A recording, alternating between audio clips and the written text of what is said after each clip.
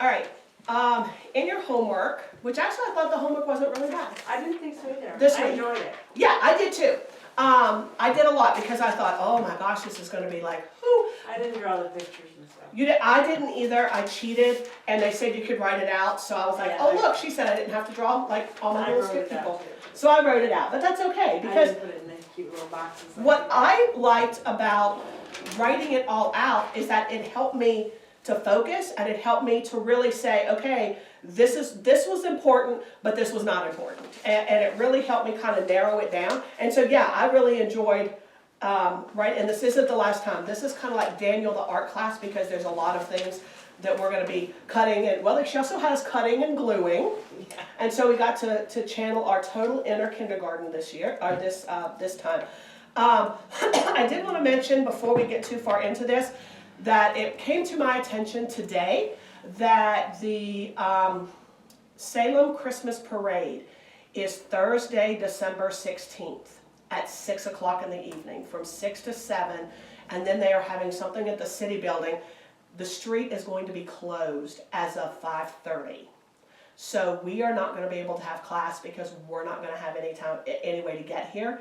They're also using our parking lot as a kind of a cutoff point. So it goes from right by the old BB&T all the way through town and kind of ends here. And so the Good News Club is going to be doing it, and so this is where the parents are going to pick up, so we'd already have a parking lot full of people. I've known it was the 19th, I'm sorry, it's December 19th, the 19th, but it never dawned on me that that was a Thursday night. So anyway, so we'll have this week, next week. But I mean, we could come in through the college and park.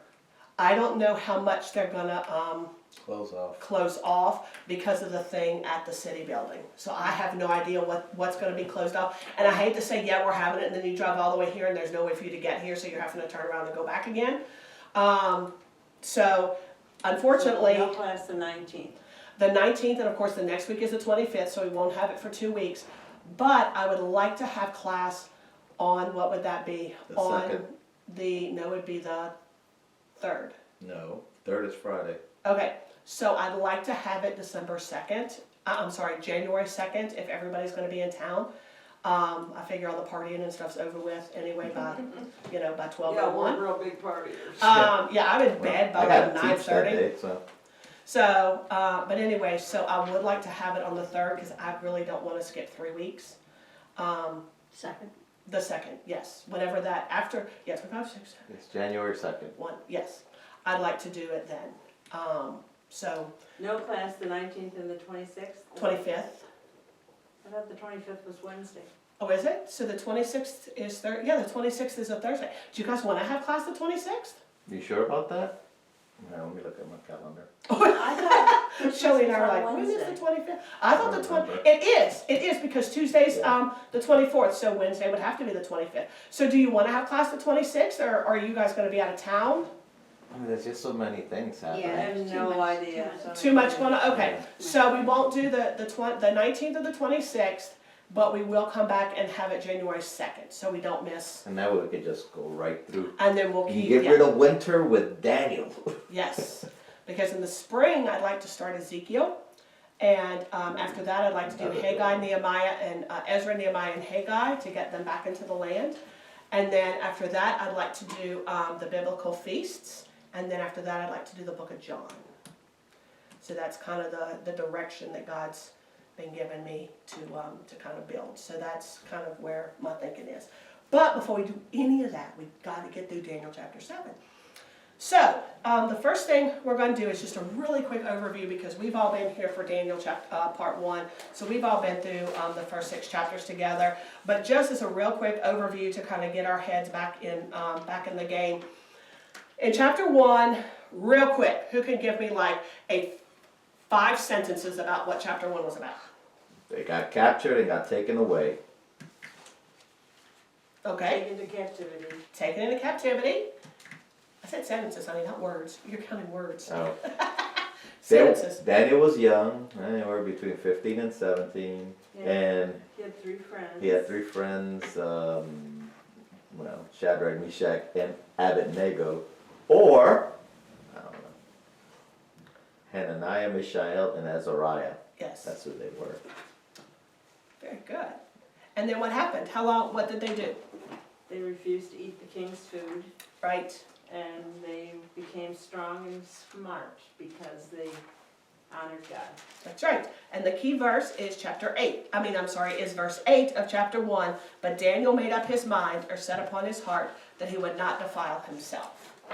So that was the key verse of chapter 1. So, and when did this happen? What's our time phrase? It was 600. 606 or Yes. 686? Yes, 606. about 605, 606, Yeah. somewhere around there, yes. All right, so chapter 2, it's his second year, it's Nebuchadnezzar's second year of his reign. And real quick, we're not going to go into explanation because we'll get into a lot of the explanation later on with chapter 7. But just real quick, what did chapter 2 have to deal with? What did chapter 2 deal with? The first dream, Daniel interpretation of the first dream of the statue. Yep. That was short, quick, and to the point. That's exactly what it was. And the key verse there is verse 47, which says, "The king answered Daniel and said, Surely your God is a God of gods and a Lord of kings and a revealer of mysteries, since you have been able to reveal this mystery." Okay, what was the key verse on chapter 1? Chapter 8, verse 8. And then for chapter 2, verse 47. All right, then chapter 3, we see no Daniel. There's no Daniel in this picture anywhere in chapter 3. So what happened? This is when Daniel's friends were thrown in the fiery pit. That's right. And then who showed up? An angel, or Jesus, or Either a Christophany or an angel. It would make sense either way. An angel would make sense because there are flaming angels, seraphim. In the Bible, seraphim and cherubim are two Hebrew words that are never translated out of the original language. And a seraphim comes from the word seraph, which means fire. And so they are the angels that you see like with the flaming swords. is he the angel that's in front of the garden? Yes, with the flaming swords. It's also, you could also argue that it was the angel, the messenger, that was that was causing the bush to be on fire with Moses, because there is a chapter in Psalms, and I'd have to look it up to see exactly what it was, that talks about the angels being fire, and they're seraphim, they're the seraphs. So, Is that the angel that made Balaam's donkey lay down? Yeah. he had a flaming sword, yeah. Yeah. So he would have he was a fire, he had a flaming sword. Yep, they made Hey, him you lay going to down. Sunday school now? and back and forth, and I learned a lot in Sunday school. Yeah. and hurt his foot and everything else. Yes, and poor thing got beaten to the ground. And the key verse for that is verse 28, that Nebuchadnezzar responded and said, "Blessed be the God of Shadrach, Meshach, and Abednego, who sent his angel and delivered his servants, who put their trust in him, violating the king's command and yielding up their bodies so as not to serve and worship any god except their own." So that is, and of course that delivered comes from the name Yeshua, delivered. So then chapter 4, what happened? Nebi went crazy. He went. The second dream was interpreted. Yes. God humbled them. Yeah. And what would be the key verse there? The key verse here and really through the whole book of Daniel that I messed up so badly on the last time we were here because it flew right out of my head. That God is really the God who's in control, and Yes. I don't know what the Verse 17, 25, That's what he pleases. it's in 17, 25, and 32. The That's- Most High is ruler over the realms of mankind and bestows it to whomever he wishes. Yeah. Yeah. So, chapter 5. Chapter 5, there's a lot of time that goes between chapter 4 and chapter 5. So in chapter 5, who do we see as king? Belshazzar. Belshazzar. And who is Belshazzar? Or who could he be? Supposedly Yes, he could be. Nebuchadnezzar's son. Yes, and it could also be his grandson. I It was could gonna say be, grandson. Yeah, it Because could of the be. time frame. Yeah. right, either one of those. Now, how many kings were there between chapter 4 and chapter 5? Between the end of Nebi 3. and the end of Are you talking- Belshazzar? Oh, kings. Yeah. There were 3, weren't there? There were 3 kings. There were 2 Okay. bad ones, and then there was Belshazzar, Oh, and what's Belshazzar was actually also a co-regent, which is why Daniel would be part of a triumvirate. Third, but that word actually means part of a triumvirate because Belshazzar did have a co-regent at the time. So, who do we see show up after Belshazzar ends? Who then comes into power? Daniel. No, Oh, hold on, don't say it. It's, the guy that, the lion's den, but it's not that guy. Oh, Darius. Darius, thank you. I couldn't Darius, think of his name. Darius in the Medo-Persian Empire. So what happened in chapter 5? The writing on the wall. The writing on the wall. Everybody saw the writing on the wall. This was not a vision, and it wasn't a dream, because everybody saw it. So it was actually a literal thing that did actually happen. And Belshazzar was done. I mean, he died that night. And the key verse is verse 21. And it's the same one. The Most High God is the ruler over the realm of mankind, and he bestows it or sets over it whomever he wishes. And he obviously no longer wished for Belshazzar to be in there. So, chapter 6. Who's still in charge?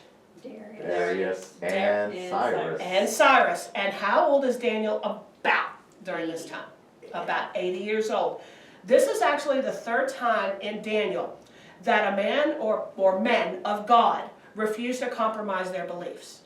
3rd time. It happened in Daniel chapter 1 with Daniel. It happened in Daniel chapter 3 with Shadrach, Meshach, and Abednego. And now this is chapter 6, and it happens again with Daniel. So this is the 3rd time and also the last time.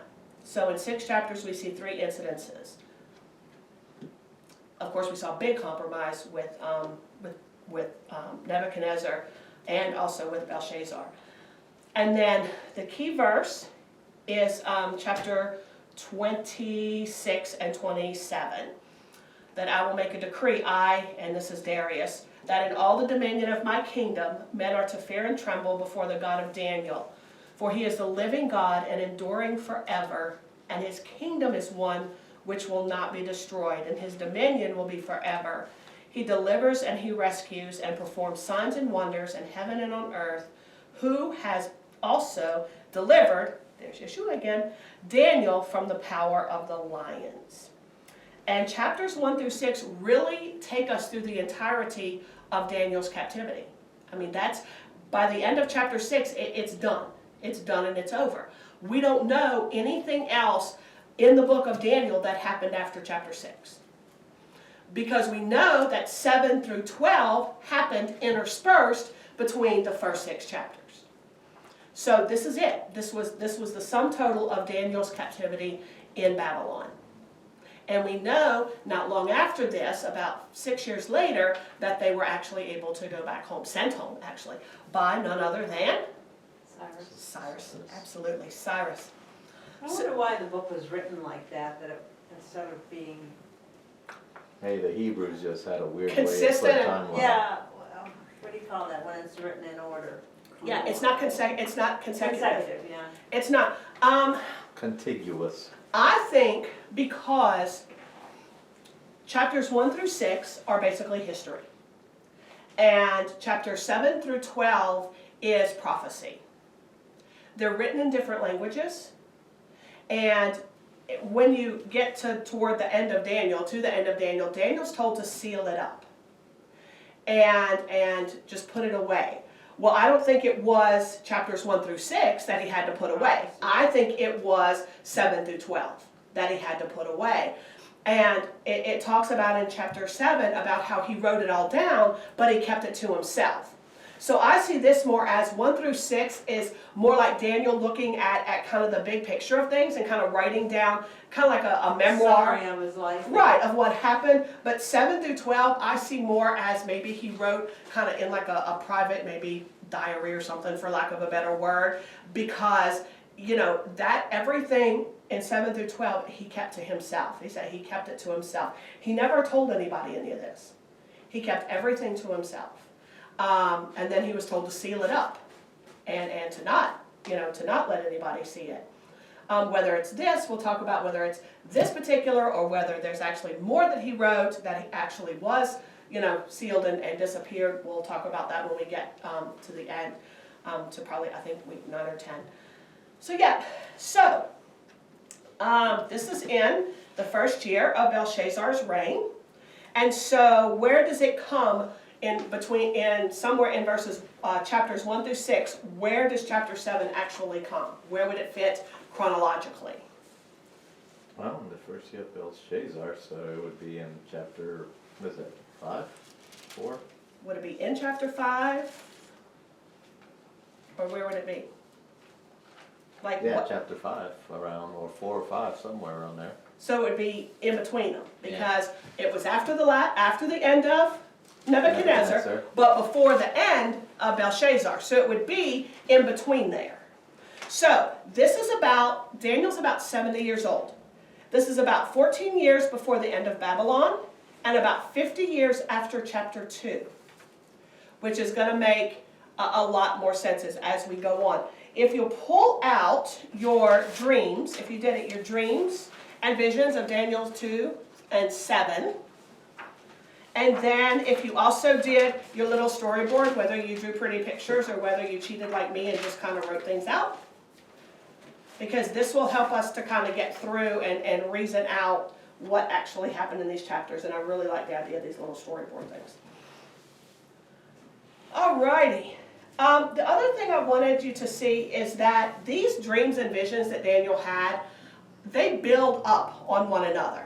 We see them as a vision in chapter 2, and then another dream, and then Nebuchadnezzar's dream, and then Daniel had this dream and vision, and then this dream and vision.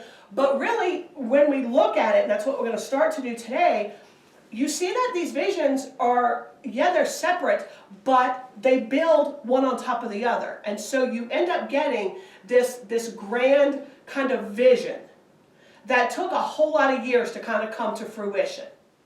But it's all basically one continuous vision. I know it wasn't chronologically continuous, but if you look at just the visions, they do tell a whole story. They do tell a whole scenario. Just like a series of books or a series of movies. You see them as individual, but then when you look at it, then it makes this whole storyline, and it starts to make sense.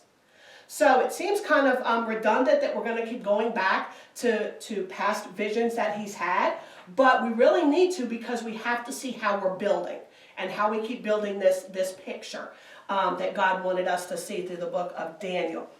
So in verse 1, it does say that he was laying in his bed, and he saw it, and he wrote it down, and then he kind of wrote a summary of it. So, what do we see happening in verse 2?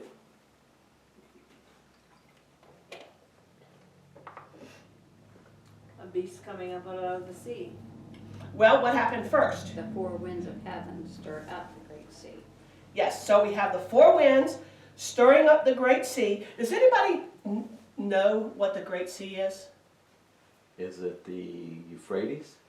It could be. The Euphrates in Scripture has been referred to as the Great Sea, but it wouldn't necessarily have to be, because Babylon is in Mesopotamia, which means the land between the rivers, and that would be the Tigris and Euphrates. the Euphrates. So it could be, but we really don't know if that's what it was. It would make sense that because that was around where Babylon was, that was Mesopotamia.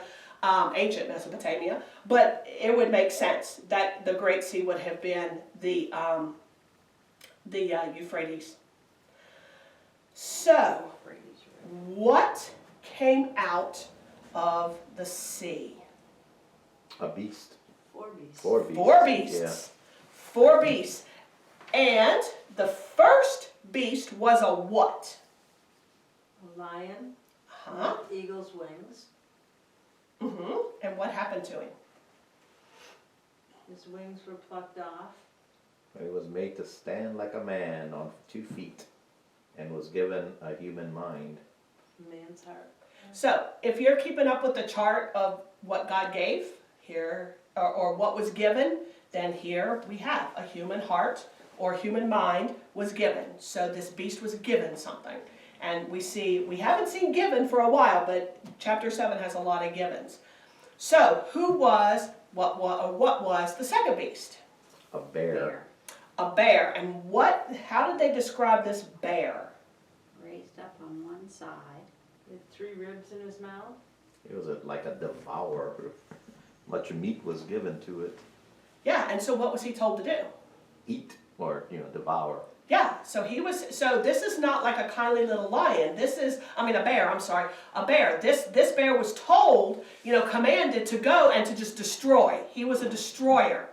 And he was raised up on one side, and I'm so grateful they give us the little pictures to see him raised up on one side with these 3 ribs in his mouth. And we really need to keep in mind these numbers. Daniel is full of numbers, especially 7 through 12. So numbers are going to have a very, very significant meaning the more we get into and the more we look at, especially when we look at regular history, at what I would call secular history. So which numbers are you talking about? Are you talking about like the 3 three, ribs? like The 4 4 winds and the 3 ribs, and then we're going to talk about some more numbers.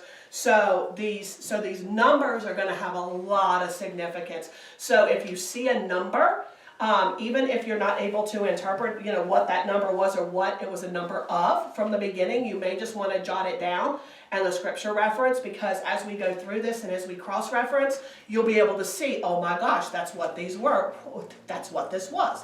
So it would just be, if you're like me and very visual, and I love charts, and you all know I love charts, then it would just help to keep everything straightened out in your head. But if you're not visual and reading it, then that's fine too. However you can get it to make sense in your head. So then we have this 3rd beast that came out. And what did this beast look like? Like a leopard with 4 wings and 4 heads. And what was given to it? Here's something else that's given. Dominion. Dominion was given to it. So we have one that stood up like a man. We have one who was a destroyer and told to go destroy. But then we have one that was given dominion. Dominion of what, though? It doesn't say. Over the earth? I would assume dominion. Because what do you think of when you think of dominion besides the gas company? A ruler over something. Yeah. Yeah. But if Power over something. Right, but if you're given dominion, in my head, that's over something more than just like something small. I would think if dominion is going to be given to something, especially something with 4 heads and 4 wings, then it's going to be over. It almost looks like the 4 corners of the. Yeah, it's going to be something very powerful that's going to go out and have dominion in my head, because it's got wings. And in my brain, things with wings can go pretty far, can travel pretty far, pretty fast. Okay. I mean, that's in my head. Then we have number 4. Now, number 4, he's not really given much of an animal name. So what does Daniel call him? Detestable beast. Yeah, so what I usually call him Dreadful and terrifying. I usually call him the DTB, for the detestable, terrible beast. Because it's a lot shorter than saying the dreadful, terrible, terrifying beast. And so, because I get tongue-tied. So DTB. So it was a dreadful, terrible beast. Beast, the DTB, that's what I call it. Or we just call him Beastie number 4, because we had 4 Beastie Boys. So we could call him Beastie number 4, or I just normally call him the DTB, because he gets pretty important. And I just wish he looked like an animal. It would have made life easier. Especially when you have to draw his picture. Yeah, exactly. You don't know what he looks like. So, how is he described? Strong, teeth of iron. Devoured and crushed and trampled. And then he had 10 horns. But what about his claws? What kind of claws did he have? They had iron teeth and, see, mine doesn't say anything about claws. It says, and it trampled down the remainder with its feet. Look at verse 19, you have to look at verse 19, I'm sorry, because it says it's dreadful with his teeth of iron and his claws of bronze. And bronze, when you see bronze in scripture, bronze is a symbol of judgment. What verse was it on? 19.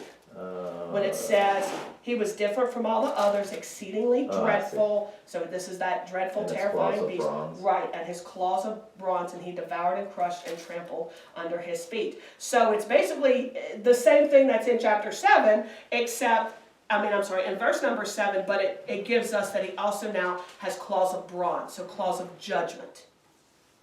So, wow, so we have these really crazy kind of beasts going on here. So, if you'll grab your chart, if you colored it in, or if you did the little pasted, because I'll tell you, before we go through scripture, when you first looked at the beasts of Daniel 7, where did you put them? Where did you put the lion and the bear and the leopard and the DTB? Because I put them originally in someplace totally different than where she put them. I did not put them here at first. It makes sense, but I didn't put them there. You mean next to the statue? Yes. Like in one of it the is. sections? Yeah, I put like the lion was the head, the bear was the chest and the arms, the leopard was Was the the- belly and the thighs, and then the fourth beast was the legs of iron Mhm. and the feet. Okay.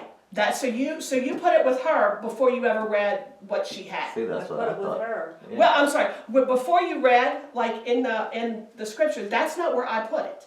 That's not. I didn't put it there at first. It makes sense the way you said it, but I don't know why. I put them down one. I put the lion with the silver, the bear with the bronze, the leopard with the iron, and then the DTB I put at the bottom to be the 10 toes, at the legs and the toes, but not the iron. So that was my first thought, and then I went back and I did change it to the head and the silver and the bronze and the iron, and I ended up where you ended up. It just took me a while, so I was just wondering if anybody else thought originally the same way. Well, I thought about it a long time because I'm thinking, I did. So do you think the 10 horns would have correlated with the 10 toes? Would have been the 10, could have correlated to the 10 toes, because 10 horns, 10 toes, 10 kingdoms. And so I kind of worked my way backwards up from there, because I was like, oh, okay, 10 toes, 10 but when you horns. go back and read, Right. And then that's, what was it, Daniel 2, 25 to 45. right. That's when I put them there. Yeah, that's when I went After back. I read it, after I read that part, that's when I did. Yeah, that's when I went back. So I was just wondering if anybody like me thought, kind of because, 10 horns, 10 toes, and so you kind of worked your way bottom top. Because I'm telling you, that should have been, I guess, easy, but it was not very easy for me to line them and figure it out, because I wanted to put those 10 at the bottom. I wanted to put the DTB at the bottom. And so then I went back and I did change it, and it made sense the way she explained it. But anyway, But so, it isn't like the fifth is the stone. Which right. is God's hand, God's. Right, but see, I did it like the iron was the leopard. I separated out the legs and the feet, because the feet were made of something different. It was the iron and the clay. So that's why I separated out the legs and made the legs the leopard, and only made the feet with the 10 toes to be the DTB, because he had the 10 horns. So I separated off the legs and the feet. And so doing it that way, I really messed myself up, because I didn't have anything my head You was didn't kind have of, a head. my head was animalless. It was a beastless head. Ichabod. Yeah, there you go. So my headless horseman and my headless, so I had a beastless head. So then I had to go back and rethink it, and then I eventually got there. So I was just wondering if anybody else thought that way too. And Because I thought there weren't enough beasts. I thought there should have been another one. see, thank you. So why is the head And not in my part head, I of it? thought so too. Why is the head not part of the 4 beasts? It is. It is. It is. But when you divide it the But way see, I did, it The wasn't. fourth beast is like the legs of iron, and then the 10 horns Mm-hmm. are basically, it goes, the rest of it is the feet and all that. So it is. Right. But then with 4 beasts and 5 sections, doing it that way, I ended up with nothing ahead. So I'm glad somebody else A little confusing. was like as I was. So I really was thinking, and maybe I was just trying to overthink it. Is it too early to mention Revelation? Yes. Okay. So, we have 2 more weeks in Daniel chapter 7. Go ahead, Joe, go ahead. So, let's go down and let's just kind of reason this out together. So, in Daniel chapter 2, 25 to 45, what was the head? What was it made out of? Gold. Gold. Okay. And who did it represent in Daniel chapter 2? Nebuchadnezzar. Babylon or Neb. Right, either Nebuchadnezzar. Babylon or Nebuchadnezzar, exactly. And so what beast what represented the head once we finally got through this? Lion. Yes, the lion, and why? Okay. I never thought about that, but a king and being up at the top, and Yeah. but what happened to the lion in Daniel 7? What happened to His wings were plucked off. and he was made to Stand up. like a man, and a man's Mine. and a heart was given to him. Well, what happened to Nebuchadnezzar in chapter 4? You know, he was a beast, and then finally when he humbled himself and looked toward heaven and recognized God and humbled himself, then he was made to stand up again, and his mind was returned to him, which would be, and his heart was returned to him as a man. So he was the lion. And then the arms were made of what? Oh, I'm sorry. Silver. Of silver. And in Daniel chapter 2, how was that one described? The ram with 2 horns, which was the Medio and Persia. Right, well, it would have been the bear. The bear. The bear, yeah. But he was described as, in Daniel 2, it was described as just an inferior kingdom. An inferior kingdom that took over Babylon. And he would have been the bear. That is the Medo-Persian. Yes, the Medo-Persian Empire. And why would the bear fit in there? The bear fit in there. I made a poem.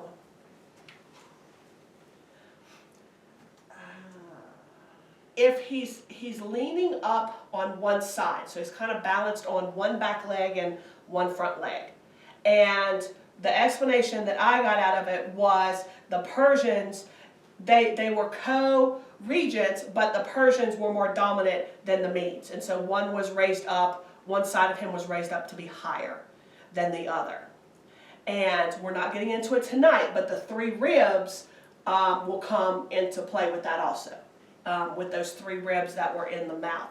Because 3 ribs, what comes to mind, other than a really good, southern barbecue, but what comes in mind if an animal has ribs in his mouth? That he's devouring something. Yeah, that it Killed either, something. yeah, that something has been devoured, something has been killed, and so we've got the number 3 put in there because 3 ribs, and we know what was the bear told to go and do. Devour. Co-devour. Yeah, to go devour. So it makes sense. So then, So moving you on. said the Persian Empire was the more dominant one? Yes, than the Medes. Which is really funny because we hear about Darius more than Cyrus in the book of Daniel. Yeah. But I think it goes right along with what you talked about last time, Marge, is that they probably had different regions. And so in his region, it would have been Darius, and so Darius would have known, or that's who Daniel would have known Darius because he was in that region, that part. But yes, the Persians were more dominant than the Medes were. And so then we get his belly and his thighs, and what were they made out of? Bronze. Bronze. And in Daniel chapter 2, what are we told about this 3rd kingdom? That it was going to rule over all the earth. It's going to rule over all the earth. And so which beast would go with that one? The leopard with 4 wings. Yeah, they had 4 dominion. heads. Because what was given to him? Dominion. Dominion. The Roman Empire. It was Greece. Alexander the Great. We won't It get could be that one too. Then we get, and they put all of them together. The legs, the feet, the toes, they put them all together. And so how then is that described in Daniel chapter 2? well, it said the fourth kingdom, it was strong, but it crushed all the other kingdoms. Right, it was strong, but it was also a divided kingdom. And it was really held together through a marriage that weren't gonna last. And in Daniel 2, it also tells us that the 10 toes stand for the 10 kingdoms. Yeah. And just as iron and clay don't mix together, they weren't really gonna mesh well either. And so, which beast would that go with? The beastie beast. The beastie beast, the DTB. fourth beastie boy, the DTB, because he had 10 horns and there's 10 kings in that fourth kingdom. And so, the fourth kingdom. So, and And also he devoured all the other. right, and once it was crushed, the rock crushed the bottom, and then it says everything else went from there up. And also, as you go down from the head down to the feet, the metals become stronger, but they also become less valuable. So that's something else we can, kind of keep in our heads. So that took us through, believe it or not, only the first 7 verses. Because then in verse 8, something else comes up, literally pops up. And what pops up in verse 8? Another horn. An 11th horn. And how is this horn described? Little. It's a little horn. So we just have a And little that's out tiny 3. horn in the middle of this DTB head with 10 other horns. This teeny tiny little horn comes up, but what does it do? Knocks out 3. Yeah, it pulls them, it says it pulls them out, plucks them out by the root. So it doesn't just chop them down. And if you think of the Nebuchadnezzar tree dream, remember his kingdom was cut down, but there was a remnant that was left because God said, I'm going to return it back to you. These were pulled out completely by the roots, which in my mind means they're never going to come back. I mean, they're done and gone and over with. So this teeny tiny one pulled out by the roots, 3 of them, which left how many horns? 8. 8 horns. So what else did this little booger do? What else did this little horn do? Well, It had eyes. They persecuted the saints. Right, but in verse 8, it It says had he eyes and it utters. had a mouth uttering great boasts. So he's uttering a bunch of great boasts. On your paper that I gave you guys, I gave you a present. And I did. Thank you, early Christmas. I did. I gave you a present. And what I did is I went ahead and wrote all of the cross references for all of chapter 7, verse by verse, and what they were cross references to. So you can go back and you can take a look at all your different cross references, and then at the bottom it's just some of the words that we're going to go over today. So, and I just thought that'd be easier than telling you a whole bunch and trying to write them all down. I went ahead and did it for you. Thank you. You're welcome. Then, just when we thought the dream couldn't get any wilder, we have these beasts coming out of the sea that's really stirring up. So I think of it like a storm. And these 4 beasts coming up. And now we've got this little horn that just kind of pops up. And it's ripping other horns out of this thing's head. And it starts to talk, and it's really kind of mouthy, or as we people in the South say, it was fresh. It had a fresh mouth on it. So it's boasting, and it's going on. And then who shows up? In verse 9. The Ancient of Days. The Ancient of Days. And who is the Ancient of Days? God. God. God would be the Ancient of Days. Anybody think it's anybody else? Thank you. Okay. Disaster averted. What is our problem if we thought it was Woo! somebody else? I don't know, because I really had nowhere to go. I asked the question and I had nowhere to go with it. So, how is he described in verses 9 through 10? How is this Ancient of Days? Yeah, his vesture was white like snow. hair was like pure wool. His throne was ablaze. With what? With It's wheels of burning fire is thrown, wheels of burning fire. A fiery steam issue came from him. Yeah. And a river of fire is flowing out of him. thousands upon thousands were attending him, and myriads were standing before him. Now, when we think of fire, what do we also think of that's associated with fire? Satan, the lake of fire and hell. Right? But what do we see as part of that? What do we see? What is the lake of fire ultimately? It's Judgment. It's God's ultimate judgment. And so this, his wheelchair is on fire. He's got a His river. wheelchair. Chair with wheels. It's a chair So with it's a wheels. He's wheelchair. got a heavenly No, wheelchair. it didn't say that. It said The his throne was of a- wheels. It No, says it his said throne throne was was a fiery flame. It wheels of burning fire. It's not- wheels. It's like it's throwing out.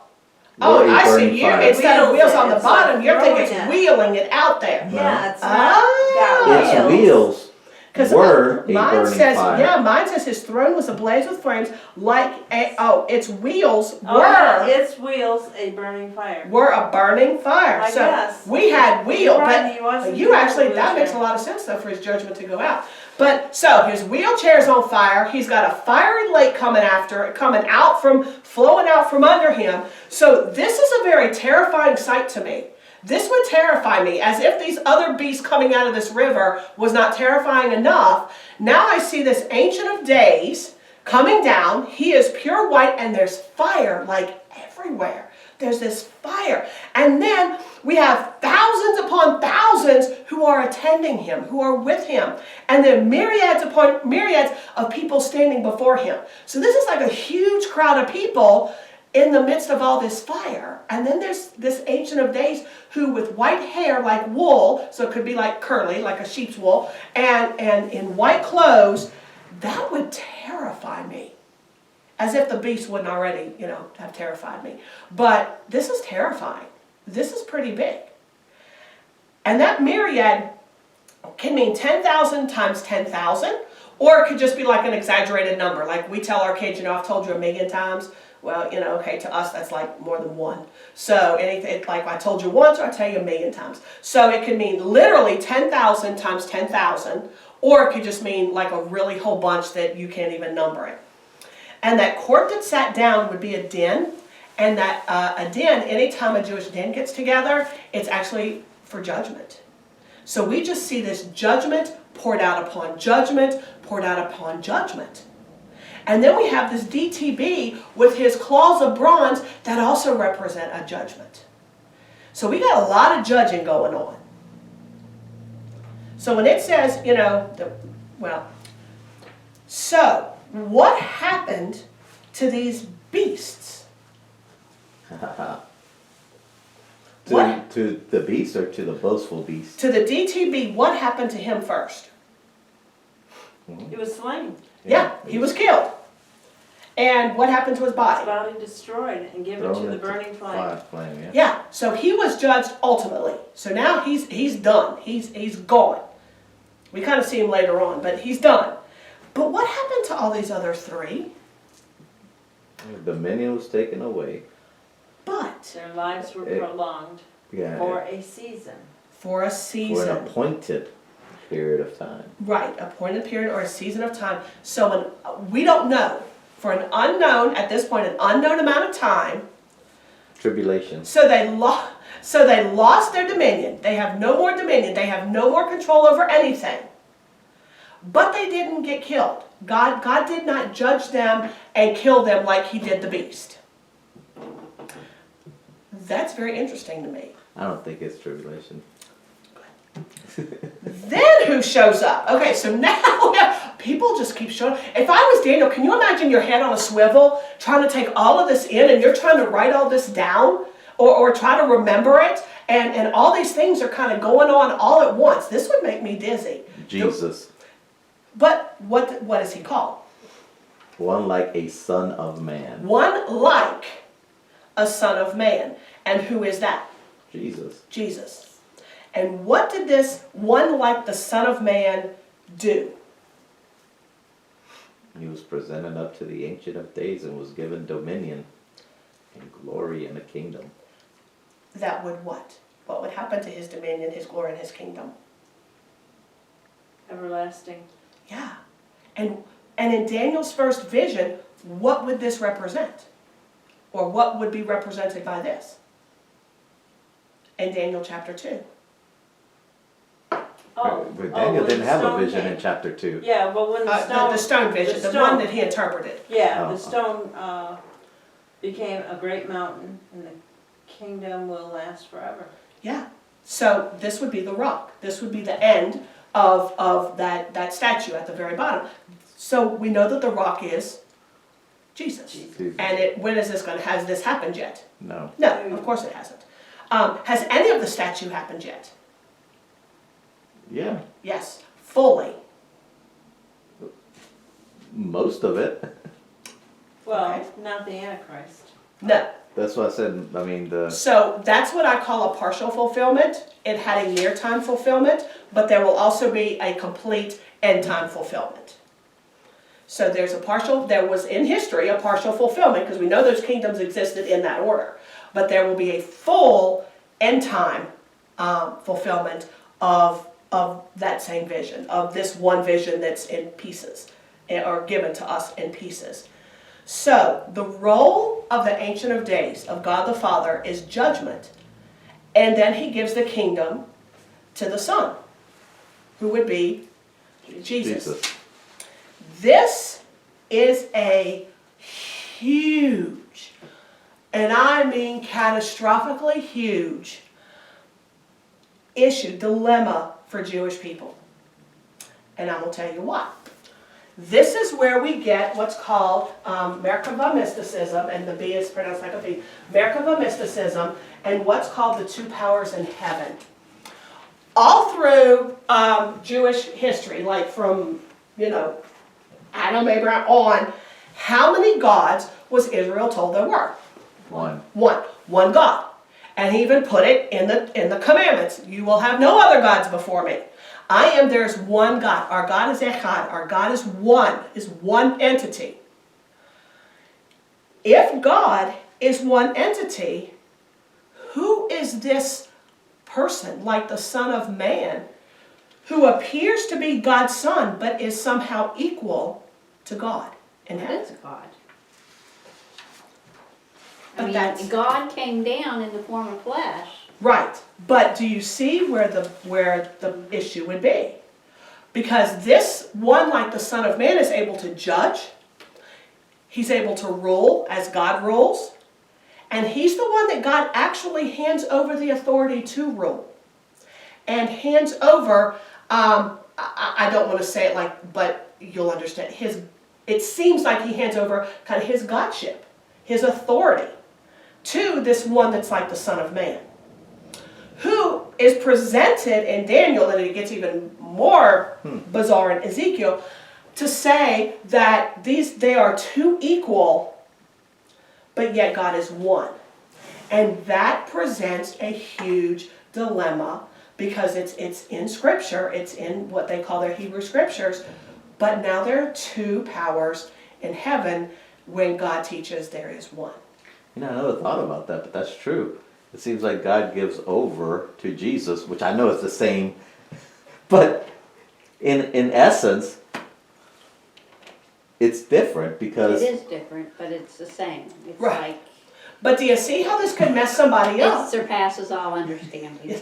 But do you know now why when people teach new believers Daniel, I'm like, are you crazy? Are you crazy? Why are you taking them Because he Daniel? cloned himself twice. Yeah, I mean, but do you see how this could be a really big problem? But it is different because, God is ruler. Right. Jesus saves, and we have salvation and can go to God because of Jesus. But in the end, God gives dominion over to Jesus. It will blow our mind. So, In judgment, ultimately. Yeah. yeah. As Rick explains this pretty good. It's like water and mist. Like ice is water. And the fog and the mist is water, and then there's water. Right, there's three different elements from the same thing. But what's blowing my mind really is, it's sort of like, you know, you have a ruler, and he was always, you know, mean or whatever, okay? But then all of a sudden, one day he decided to turn a new leaf and became this other kind of ruler. Well, now, from now on, he's this good ruler instead of this other kind of, I'm not saying God is mean or whatever, but God has one way of ruling, and Jesus actually was the one that mediated for us and provided us access, and God has given him, you know, kind of given him over now to rule. In that sense. But do you see how it's presented, though, as two separate but equal entities? And that's why there is this huge Well, issue. that explains verse 15 then. It says, I was grieved in my spirit, and I'm thinking, why does this grieve him in his spirit? I don't understand that. But can you see how? But first now when you say this, it's like, okay, maybe that's part of the problem he was having. Yeah, I mean, you see all this terrifying stuff and all this fire, and now all of a sudden, here is God, seen as God, the Ancient of Days is God, and we see him described as Ancient of Days in a lot of Near Eastern Hebrew and Jewish literature, but you see the Ancient of Days, you see God as God, but yet then you see this equal entity that God actually seemingly hands over his godship to, but yet he's one and we're only to worship him and we're not supposed to have. So how can God then say he is one, we can't have any other gods before him, and yet it looks like he gives his authority to somebody else? Do you think Daniel was a little confused about that too? I mean, I go with Marge too, that he would be grieved because he's like, well, I've been worshiping God, but he's given his dominion to this other entity, so what should I do? Yeah, forget the fourth beast like coming up out of the sea, and forget these crazy animals, or forget all that. Yeah, but And that's he why. sees all this judgment and everything too. Yeah, that would- That's got to be, you know, part of the trouble. But okay, so God is judging, but then he gives authority to someone else, and so, but yeah, so anyway, so it's really, it's got to Wait, So, wait, but don't they know the Jewish people, I mean, had the prophecy Of a Messiah? of a Messiah? But Messiah was the deliverer for them in this world.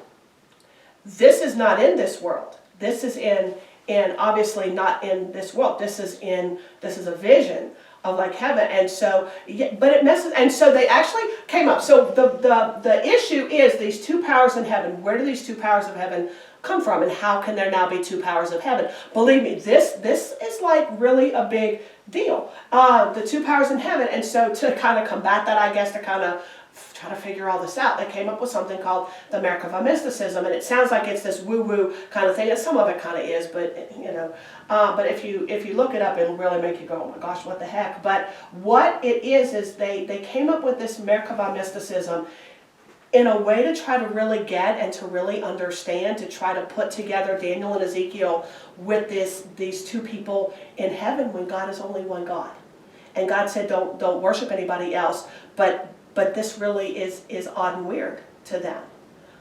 And so that's where they came up with the Merkava mysticism, to kind of answer these two powers in heaven and who was really this other person, and then you get into all the, oh my gosh, then you get into all kinds of stuff. Yeah, they never put this together that the other power was the Messiah then. Right. Not typically. Well, in some writings, yes, and in some writings, no. Because this is just like anything else, theologically or whatever you would see, you know, about any other book of prophecy. And any religion, I mean, Baptist, whatever, Christian religion would sit down and a bunch of people would sit down and try to, you know, work it out in their heads. You know, well, what is it, why isn't it this, or could it be this, and, you know, you work it out, and, you know, what is it, if you have 3 Baptists, you have 12 opinions, and so, you know, then you get a whole bunch of, you know, different faith traditions together, and you have like 4,000, so but that's what they're doing, it's just that these faith traditions All these Jewish paradigms are trying to figure out now, how does all of this fit? But then you can also see that when Jesus comes, and then we have this brand new paradigm called the Jesus followers who believed, can you really, I have to say that Daniel and Ezekiel suddenly made sense. You know, they're like, oh, well, this makes perfect sense to us now. Or maybe it makes better sense, maybe not perfect sense, but better sense to us who this is. But then you've still got, but the wait a minute, so now you're now saying that God, you know, they still have that battle. Yeah. Well, how can Messiah be God if God is one?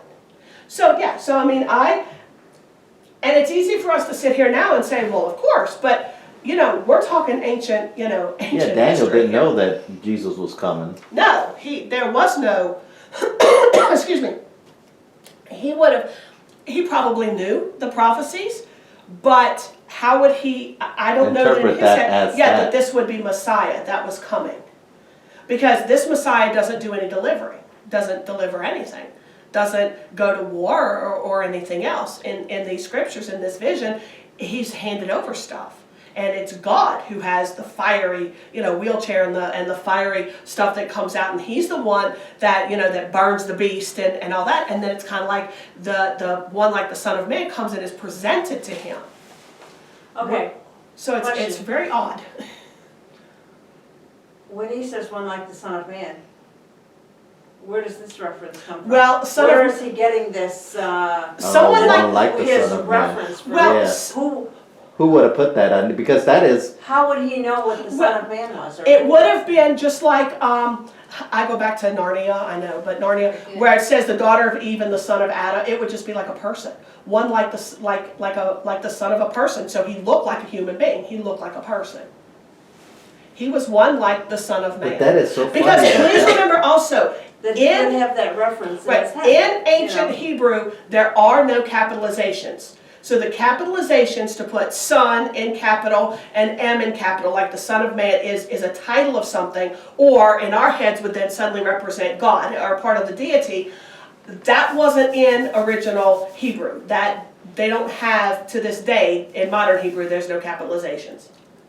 So we see it as, capital S-O-N, capital M-A-N, but they wouldn't have had that. That would not have existed.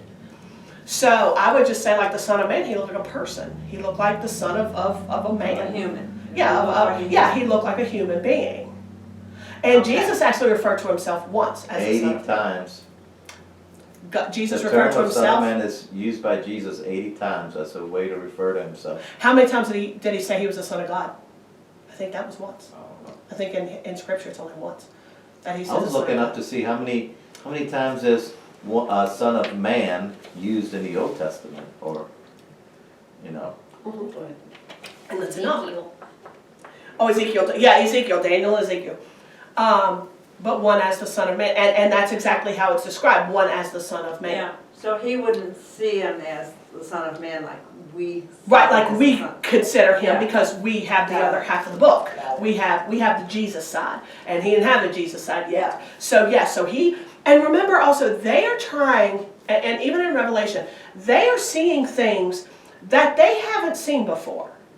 So Daniel is trying to describe what he's seeing in a way that makes sense to him. If we saw that vision now, we may call it something else. We may, say, oh, well, that DTB looks like a dragon to us, or looks like something else. And so they're using the best vocabulary they have to describe something they have never in their life seen before, let alone stood back and experienced.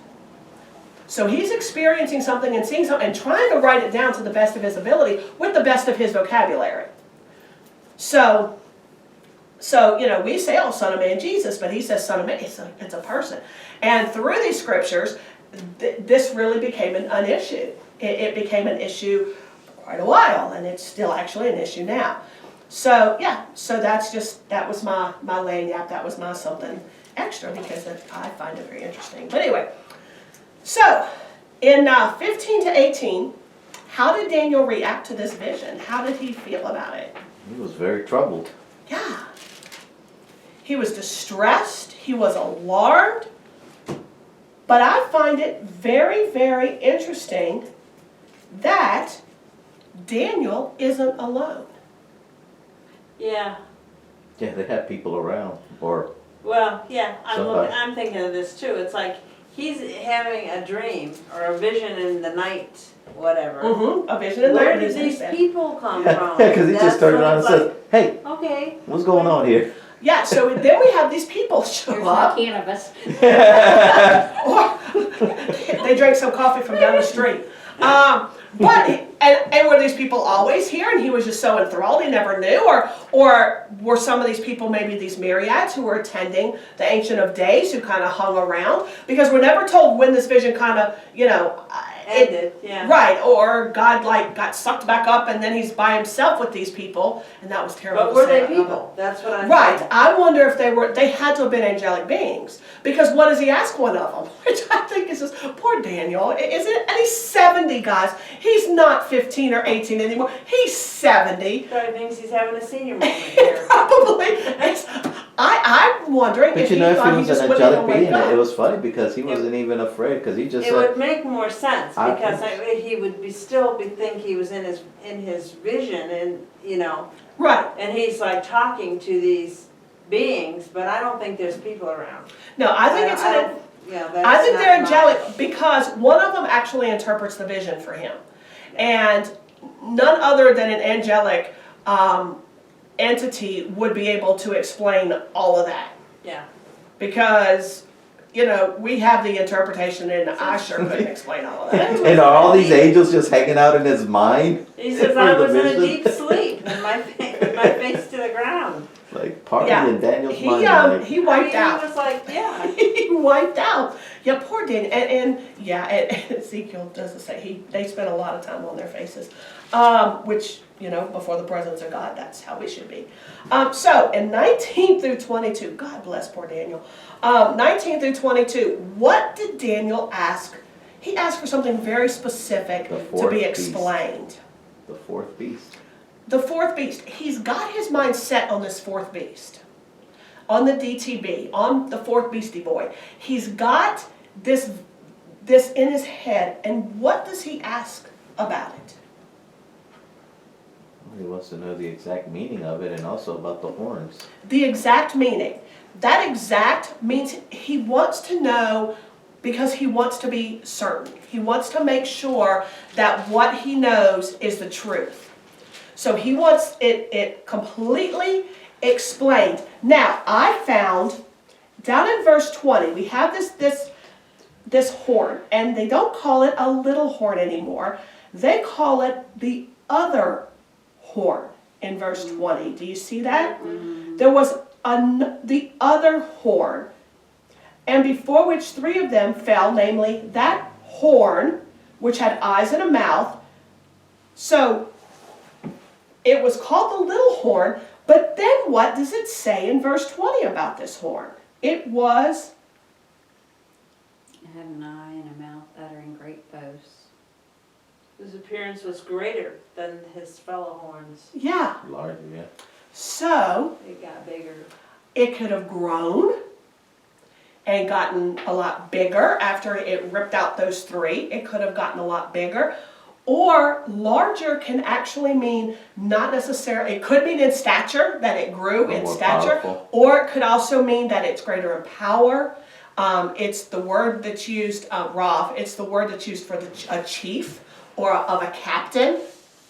So it could have appeared greater somehow, looking more, powerful than the other ones, because none of the other ones had eyes and a mouth. Or it could have actually grown. And we're not real sure which one it was. But it could have been either one of those. And either one actually makes sense.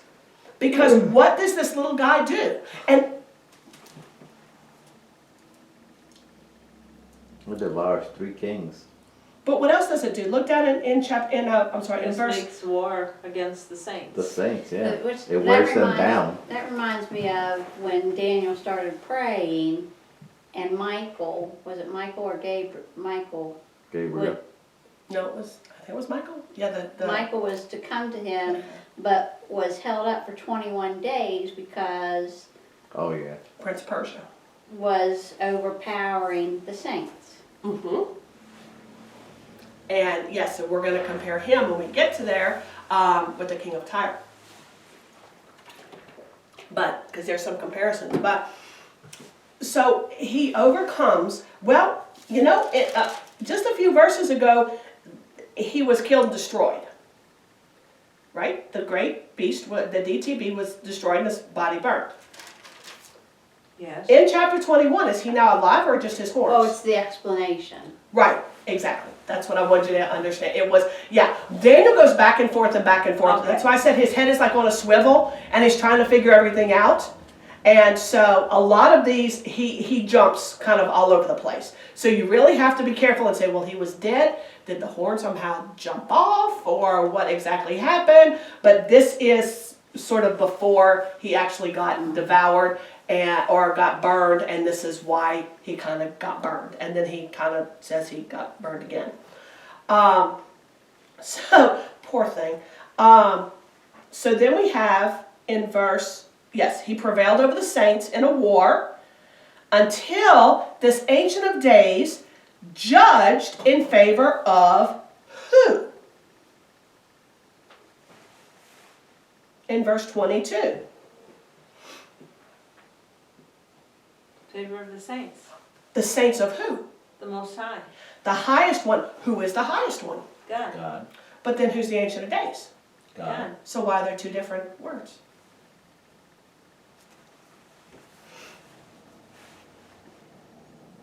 Well, it's passed in favor of the saints of the highest one. Right. Which means, the Ancient of Days and the highest one can still be the same. Because King Judgment was passed in favor of the saints. Does anybody think that the highest one is Jesus? Yeah. I was going to say that because the saints were given over were Jesus' possession. Yeah. So, yeah. So the highest one, so he gives this highest one, the saints of the highest one, Oh, okay. Jesus. So he's actually making a distinction between this one like the Son of Man and the highest one. Because in his mind, in Daniel's mind, we see Jesus in the highest one, but who would Daniel have said, had believed was the highest one? God. God. Yeah. God. So you see how this can really mess somebody up pretty bad? Yeah. I mean, really. And is it any wonder, poor Daniel, but it really can. Because we know, like the saints, Jesus, the believers, that's why God passed the judgment in favor of that. Yeah, we have to remember that this was before Jesus. Right, As far as Daniel. right, In Daniel's mindset. right. And so, but we know that the highest one is Jesus, the saints of Jesus. And we'll actually look at some of that. But yes, and so because it says the time arrived when the saints took possession of the kingdom. And that is back in reference to 18 when it says, but the saints of the highest one will receive the kingdom and possess the kingdom forever for all ages to come. Well, then the highest one on the statue that represents the rock, because that's the eternal kingdom, and who would be? It would be Jesus. And so when then are the saints going to be given the kingdom? During when? In end times, yes, we know. But when would that be? When will Jesus actually be the one ruling? We're not to know. Millennial kingdom. The millennium or the messianic kingdom, those 1,000 years. So, whew, aren't we glad this was easy? Yeah, so it's the messianic kingdom. So it's an where do you end-time get prophecy. that? Where do you get that? Okay, That's the Messianic. if you move back in 18, verse 18, Yeah. and it says, the saints of the highest one will receive the kingdom and possess the kingdom forever for all ages to come. Right. We see that in Revelation. I think I should have that on your paper. Do I not have that? Thousands upon thousands fire, clouds in heaven, verses 13 through 14. I'm looking, So and I don't. Okay. This is the final. Yes, this would be Kingdom. Revelation chapter 2, verse 26 and 27. Wait, I mean, you're saying that that's the millennial reign? I think it is. Well, but there's a new heaven and a new earth after that, and then it's forever and ever. Yes, but how much time is between the millennial and the eternal kingdom? Don't know. We don't know. But is there any more, I mean, is there really a war that happens in between them? Yeah, quick one. Well, sort of. But it's not really a war. I mean, they come up against God, they come right up to the gate, but then what happens? They get destroyed. Yeah, they get I destroyed. mean, this prophecy here just might be skipping over that. You know what I'm saying? Right, Because yes, you say he builds on it.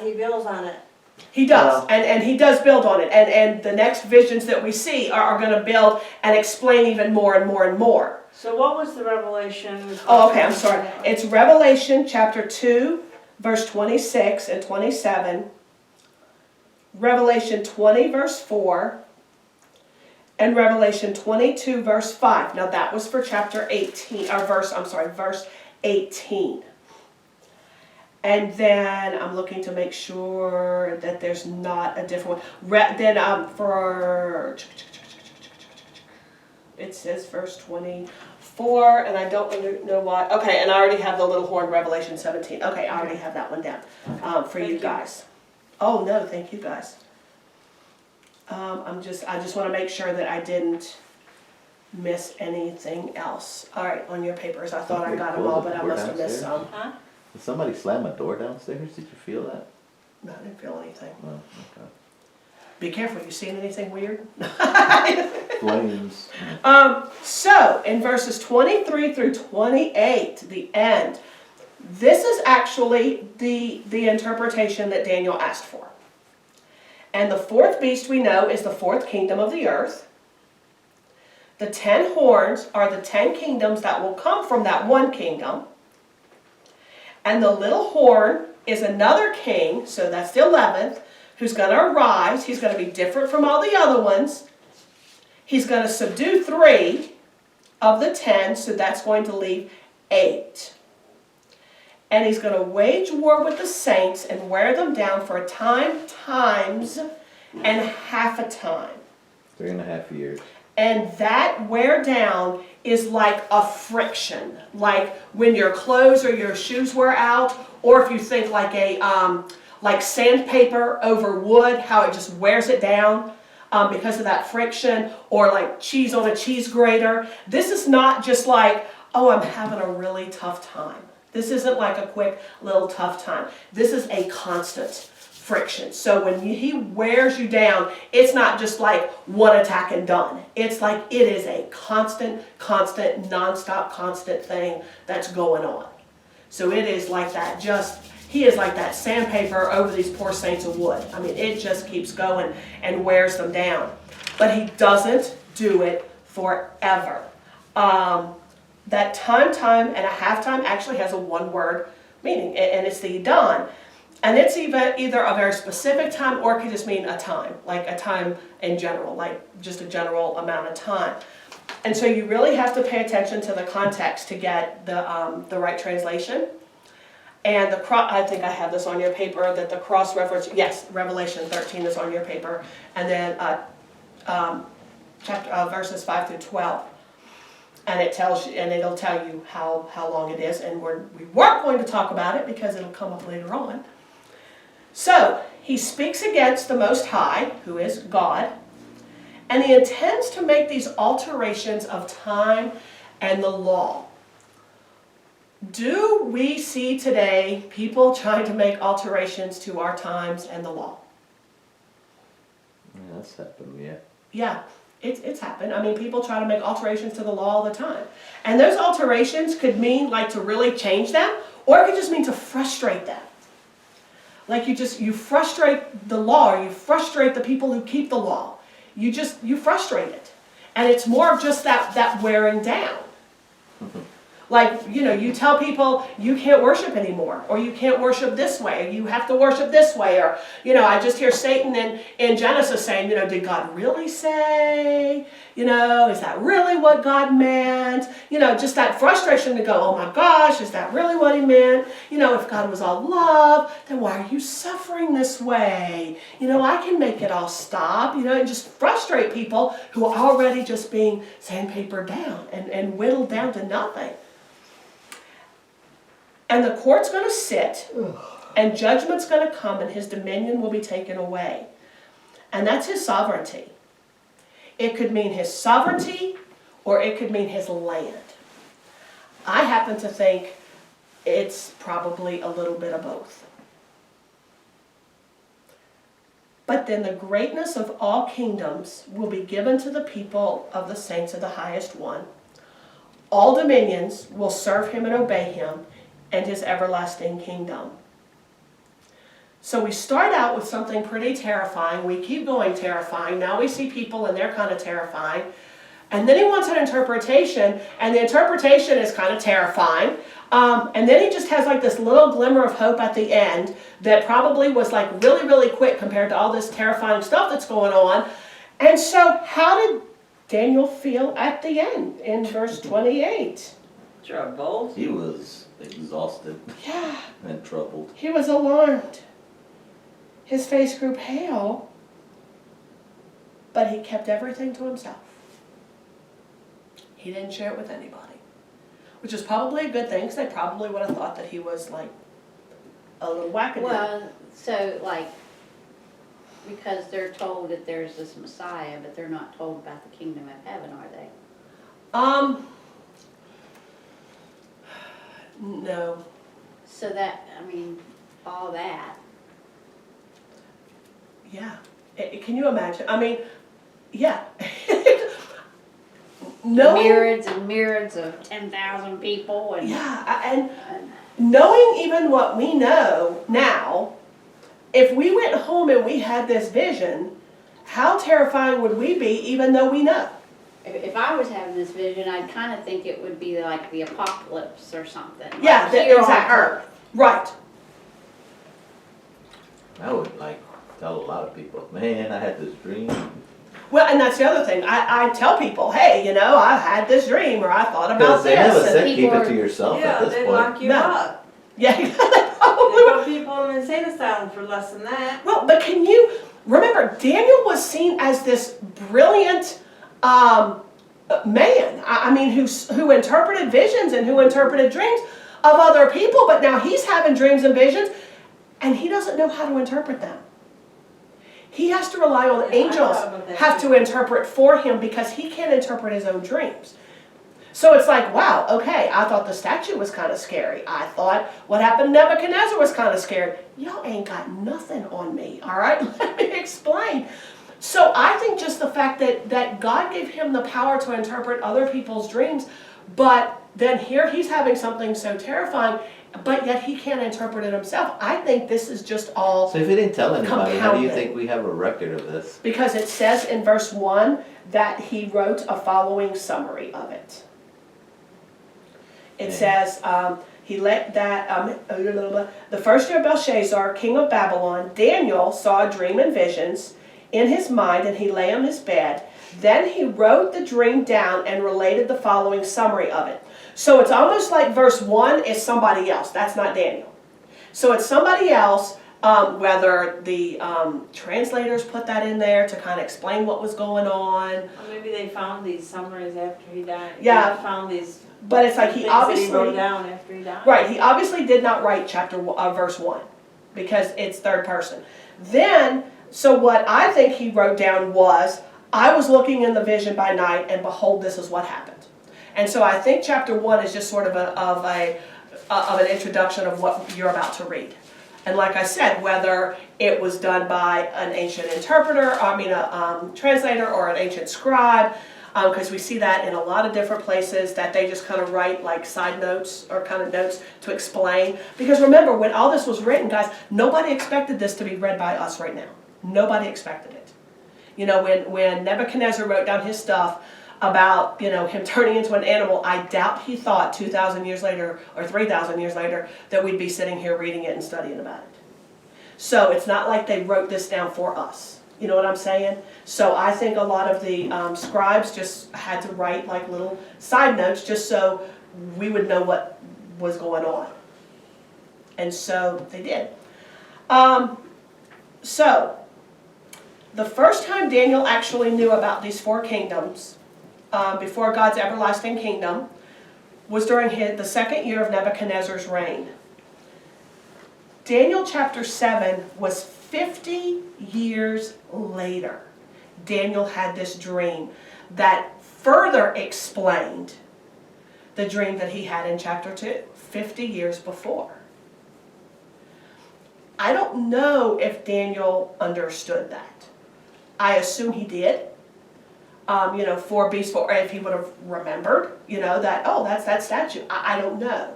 But this just shows, even though it's a long time, it shows that how these visions really work into one giant picture. And we really can't take them as, they were separate visions, but we need to still see them as one big picture. Because that's what it is. Did you say his dream was 50 years after? After Nebuchadnezzar's dream was about 50 years later. Okay. So, like I said, so did he get that was I don't know. But, I mean, we can see it because we have it written down. I think he did.